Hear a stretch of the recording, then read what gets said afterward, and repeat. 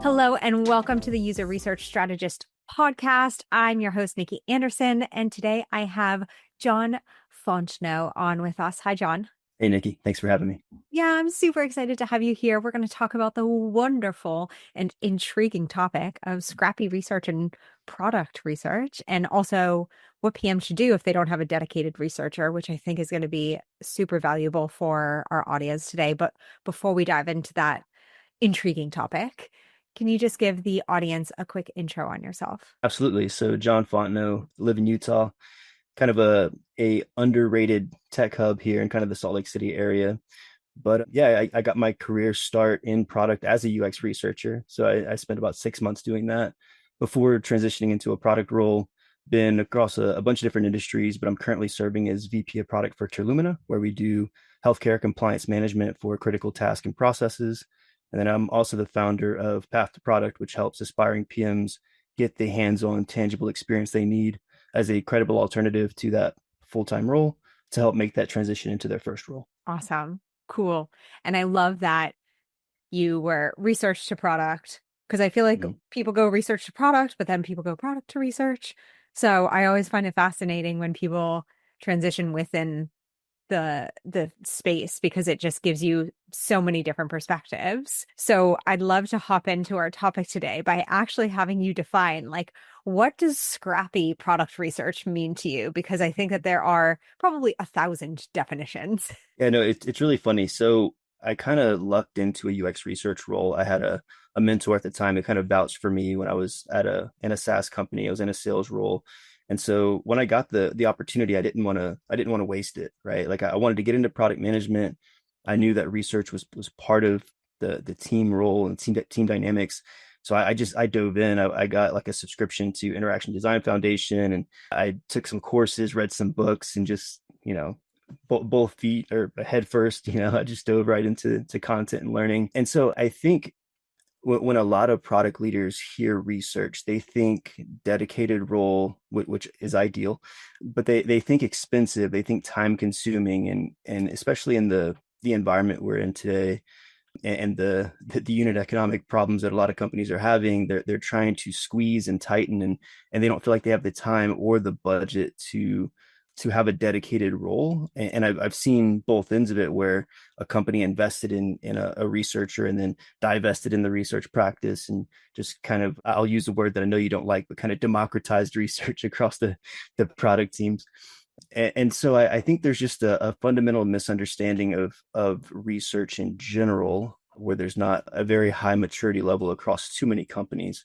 So how does that get into scrappy research? I think the way that product leaders should think about scrappy research is it can be quick, it can be iterative. I think Teresa Torres did a great job of explaining in continuous discovery habits, like how this can be just, a once a week touch point with customers. It doesn't have to be overly formal or overly expensive. um, and I have some other hot takes around like paying for customer interviews and things like that we could jump into. But I think there's a lot of ways you could be scrappy and not have to have like an overly time consuming and expensive operation to get research done. Yeah, absolutely. And I think that a lot of researchers are also recognizing the fact that it is important for us to be maybe not scrappy, but smart with Mhm. and effective with our processes and what takes long. I know that I'm not a huge fan anymore of the big reveal, right? I'm not going Mm. to wait months and months and months to reveal to my stakeholders, hey, you know, here's the big thing that we should have learned from this. And if only I had told you months ago and we could actually do something with it. Absolutely. And I'll give you an example, because like what I think it boils down to is risk, Yeah. right? And like what assumptions do you need to test? How risky is this decision? And how big of a uh, that term that they use, the one-way door, two-way door decisions, right? Like the example I'll give is I worked for a company, I won't say who, but they made an acquisition that was a seven-figure acquisition. Wasn't massive, but for the company size, it was a pretty sizable investment. And they went to sell this technology that they acquired and integrated into the core business to banks. And the solution was automated underwriting using like some black box AI solution. And lo and behold, none of the banks wanted to buy it. Why? Because that's their secret sauce. That's the thing. That's the one thing they wouldn't give up. And it's like you would think that you would find that out before you make the acquisition. And so in those cases, I think it's worth the time and effort to have dedicated research done really well and thoughtfully to make sure you're not making those big mistakes. But on the inverse side, there's a lot of smaller decisions that need to be made that probably don't need a deep dive, like massive research effort to learn what you need to learn to make a good decision.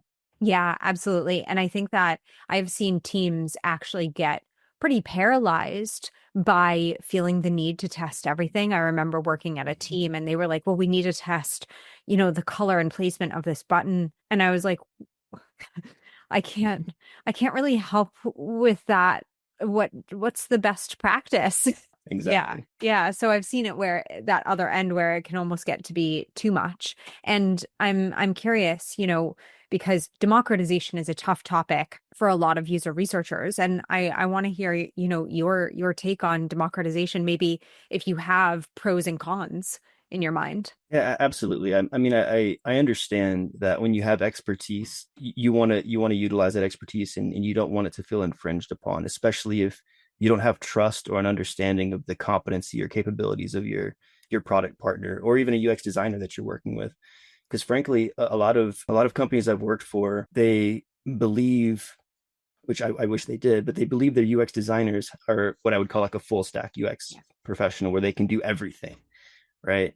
And it's not true. A lot of UX designers who have that role are often visual designers, and that's how a lot of companies have treated them. So that's what they've relegated themselves to doing, and not really stepping outside of that skill set. Kind of having a little bit of a background in UX research and having built some of those skills, I feel really comfortable having those conversations with customers or doing card sorting tests or A/B tests or like different things that I'm familiar with. And so it's been for me like trying to build a rapport and a trust because in the organizations I've been in, the UX researcher is like 1 to 6 or 1 to 10.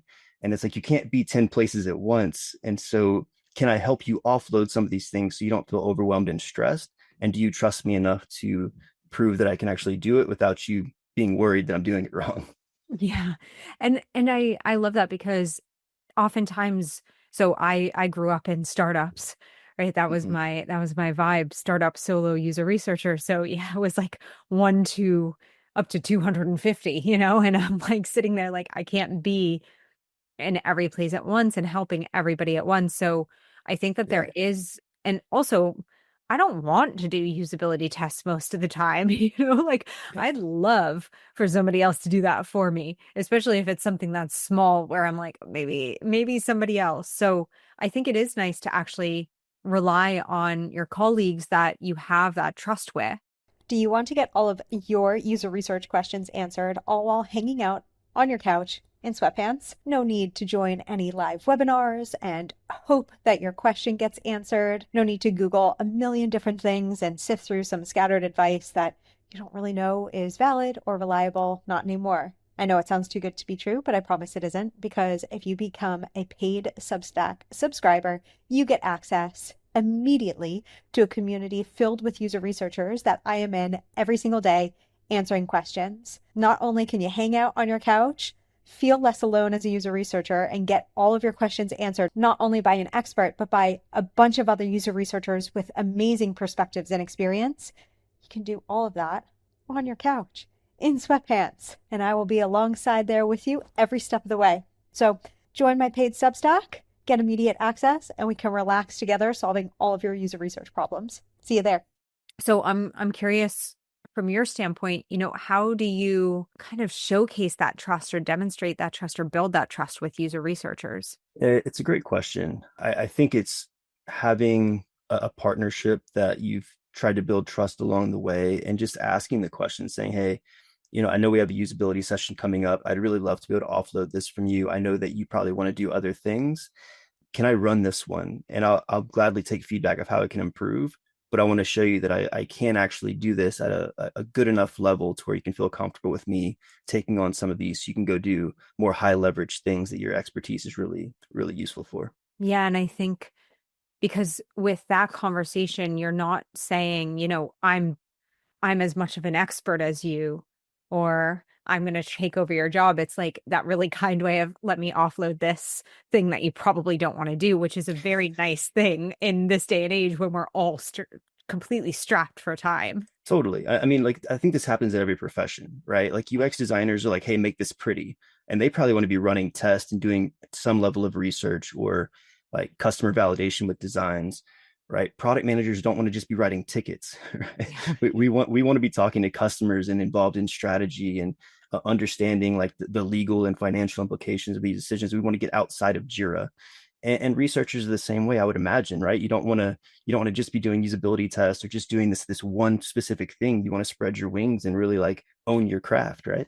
Yeah, absolutely. And I would say that a lot of researchers are now getting more interested in business and interested in strategy. And it's like, how can we Yeah, help the organization or teams innovate and strategize further into new markets or different products? So absolutely. And I think it's actually quite interesting because we kind of have this fight almost of democratization or, fight over blurry lines. And I think everybody kind of wants to not do everything necessarily, but everybody wants to like learn and be involved in things. And it would be really nice if we could almost kumbaya and just have absolutely. everybody be that.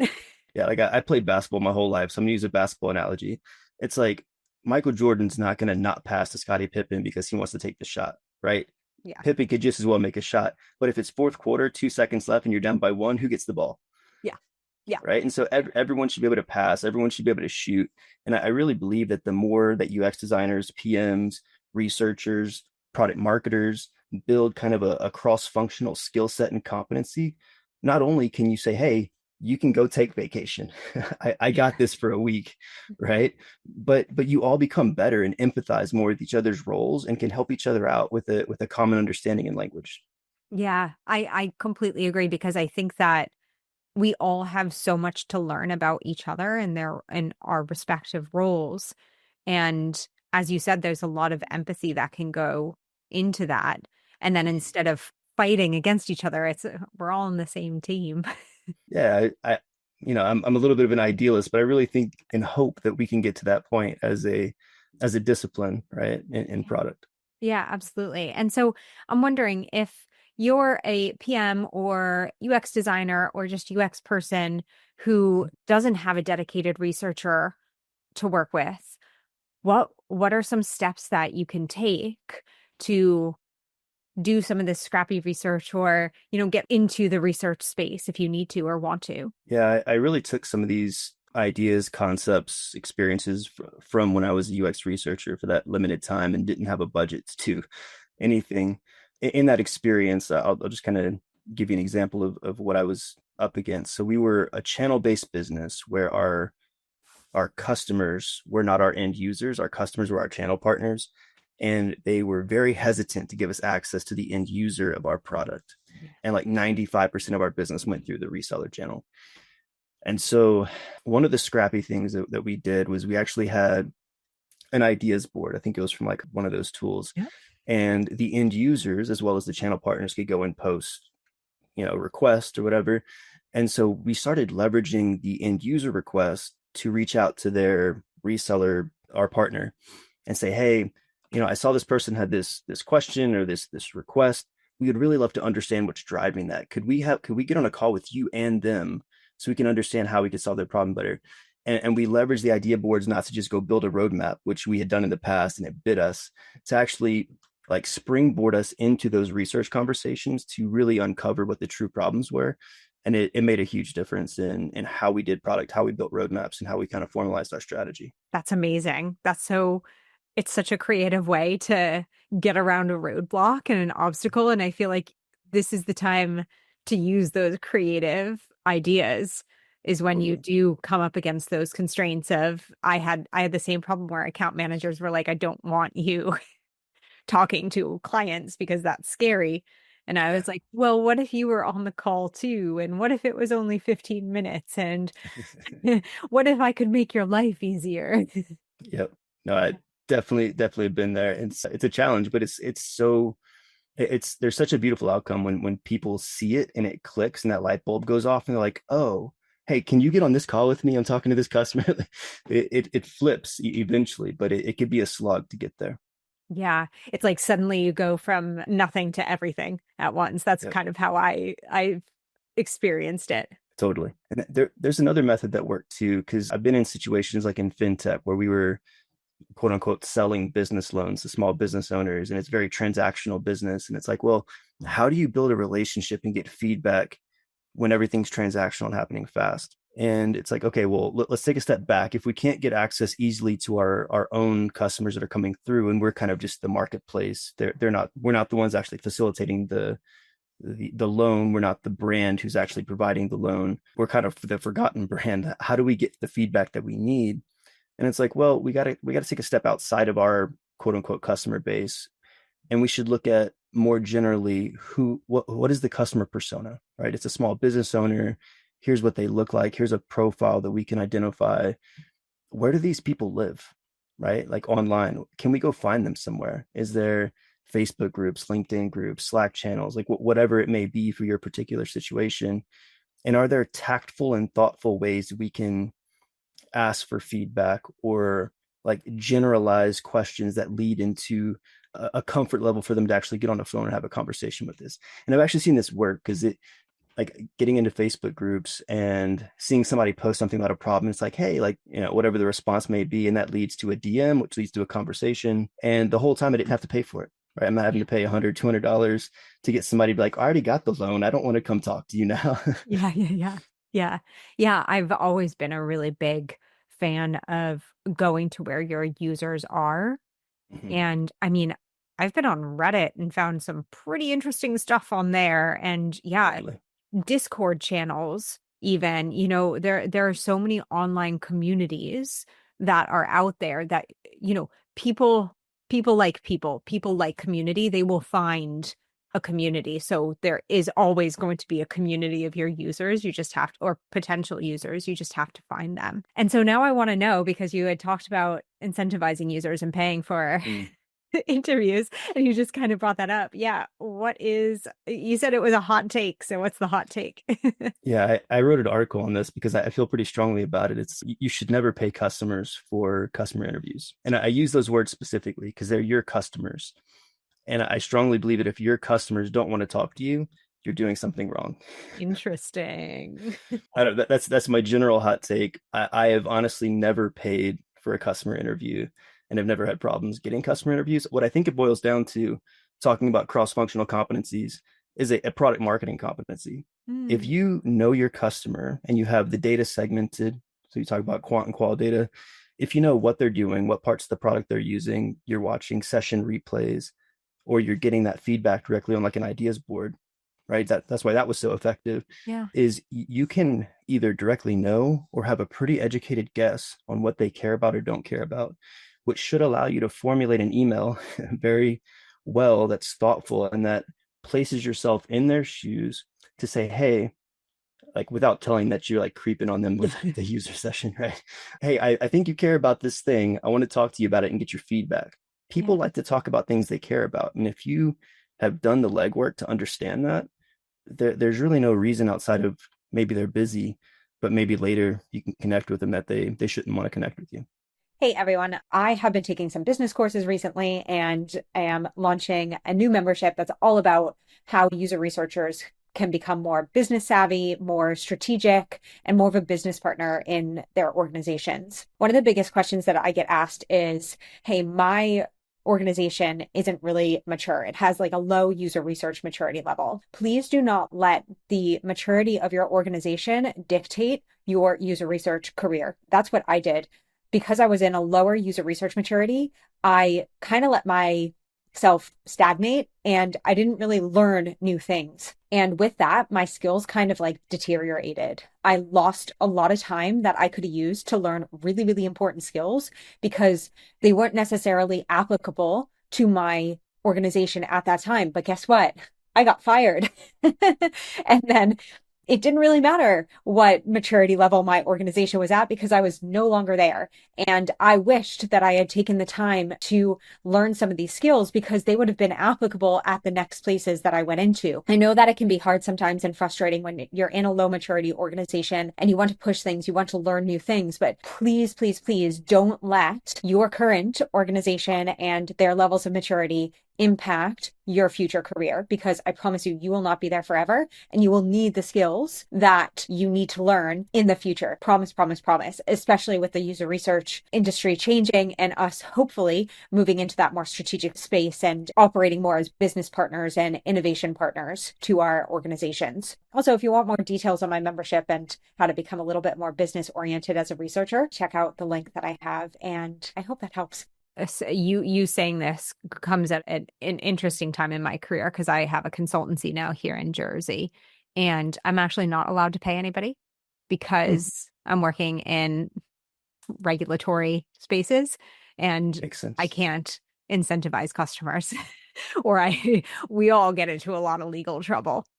And Yes. so I actually the only thing that I find is recruitment tends to be slower Mm. because people are busy, right? But they do care about it. And I've talked to lots of people in this space who have shared an hour with me for free. Yeah. And I'm wondering, does have you found any impact on the speed of recruitment? Because talking about scrappy research, talking about getting things done quickly, I know Mm. recruitment is a huge pain point for people who do research. So I'm wondering if there's any impact on paying versus not paying. I definitely think there is, especially if you're doing like personalized emails for every person. Mm, I think once you find, so I found this when I was doing like partnerships. I found a specific way to message a partnership and position the partnership to where certain people with a certain profile responded, like it resonated with them. And so I think for the first several, until you identify that message and the way you position the conversation, so going back to the product marketing competencies, once you figure that out and nail it, then you can start to automate it and say, for these people who do this thing within my product, I can work with the product team or the marketing team, whoever owns those comms, to set an automated trigger to say when these things happen or don't happen, send this message, and then have like a Calendly link or whatever your booking link is with the request to have a conversation about the topic you want to discuss. right. And still make it as personalized as possible within that automation because you're asking them about something Totally. that they care about and have done. Yeah, so that's one way I found it. It works to like be more proactive to where you have kind of a steady stream of research. But to your point, if there's like a specific topic that you want to dive into for a point in time or for a an amount of time, it can slow down recruitment. But I think it's more effective in the long run because when you incentivize people, you create a transactional relationship instantly, and it's almost like I want to get in, get out, get my gift card or get whatever it is that's coming to me. But whenever you strike a chord with someone with something they care about, they will, like you said, sit down and spend an hour with you and really like open up like a book to you and really just share everything you want to learn. I just think that the conversations are more meaningful at that point. Yeah, that's so interesting. And I wonder if there are places where researchers or people who do research could even start to experiment with that messaging, that wording. And for somebody who's thinking about doing this now and is probably like, oh my goodness, could I save on budget? Which would be amazing as for anybody who's doing research. Is there a tip that you have for messaging these emails or creating these emails and messages in a way that's impactful and effective? Yeah, I think it goes back to something I mentioned earlier around doing your homework, Yeah. right? If there's a specific thing that you want to learn, maybe you see a trend in the quant data that you can't figure out why it's happening. Well, who's the representative sample of that quant data that you're looking at? If they're the people doing the thing, then they're probably more likely to respond to you asking to talk about the thing that they're either doing or not doing, right? Like if you launch the feature and the segment of your customer base that you launched it for isn't adopting it, right? Why not? And so targeting those users and saying, hey, like ideally that feature came out of research. Yeah. And so either your presumptions were wrong or you didn't test an assumption or the way that it was implemented was wrong. And so trying to figure out where that went wrong. Hopefully there's people that you've done initial research that you can go back to figure out why they didn't adopt the feature or what the underlying problem is. But yeah, I would say segmentation and leveraging quant data to figure out who to talk to, and then whatever qual insights that you have to be able to layer into that message to have a more personal and direct touch. So it's not just a, which I get these all the time on LinkedIn. It's like, hey, we'll give you the $25 or we'll put you in a drawing for $100 if you come and talk to us. And that Yeah. it doesn't work as well as a personalized message that somebody cares about. That's so interesting. I think it's something that we should absolutely like experiment with because there are 1,000 different ways to do the things that we do. And sometimes I feel like we can get Mm, stuck in our certain processes when there are other ways to try. So I love this. I think that this is a really interesting thing that like anybody who's doing research can try. absolutely. And to put it on its inverse, I believe if you've experimented with the message and you have done your legwork on research to make sure the message should resonate, and you're not getting responses, it might be a signal that they don't care about that thing, which might back you all the way up to should we be doing this anyway? Ooh, interesting. Yeah, because if they don't care about the thing, then what's the thing doing? Yeah, if they don't care enough to talk about it, then are they actually going to use it? Oh, love that. Oh, stop it. That's great. I love that so much because I feel like, we talk about and we think about signals a lot. So like, but we often turn to data for signals or maybe quant data or maybe qualitative data of people telling us stuff, but like, what are they also not doing as a signal? Totally. Yeah, that's really cool. And I'm curious, based on this whole concept, how do you feel about participant panels then? Do you have any feelings about them? I think, every tool is fit for the job that you have, right? Like if a panel makes sense for your situation, I don't have a particularly strong take of why it's good or bad.